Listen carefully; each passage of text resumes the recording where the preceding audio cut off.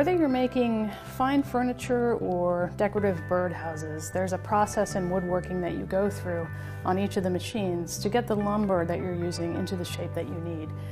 And that can involve different cutting operations, boring operations with a drill, material removal with a router to create joinery.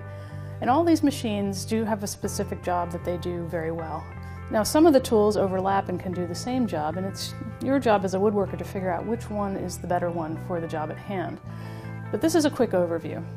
We'll look at the main cutting tools first. Usually in a wood shop you'll have a table saw. That's the workhorse of the shop, in my opinion. You can do pretty much anything on the table saw, making straight cuts, rip cutting, using a dado set. Very versatile tool. But you also might have access to a chop saw, which can be a miter saw, so you can do angled cuts in addition to just basic chopping. And then you'll have a bandsaw. A bandsaw is good for a number of things. It's of course good for doing curved cuts, but you can also put wide blades on it and resaw wood, creating panels for book matching and other purposes. You can even create veneer on a bandsaw. In addition to all those cutting tools, we've got, usually, most shops will have routers and a router table.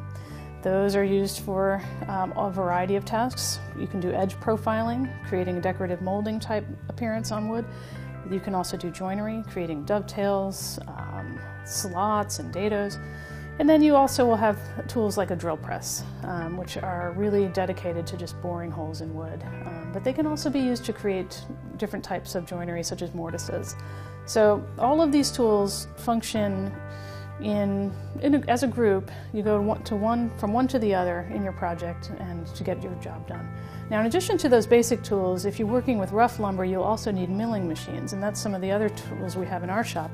We have a jointer and a planer, and a surface planer flattens and smooths boards, gets it down to a certain thickness. The jointer will also function to flatten the faces of boards and also square up edges. So if you're working with rough lumber, those tools are also a must.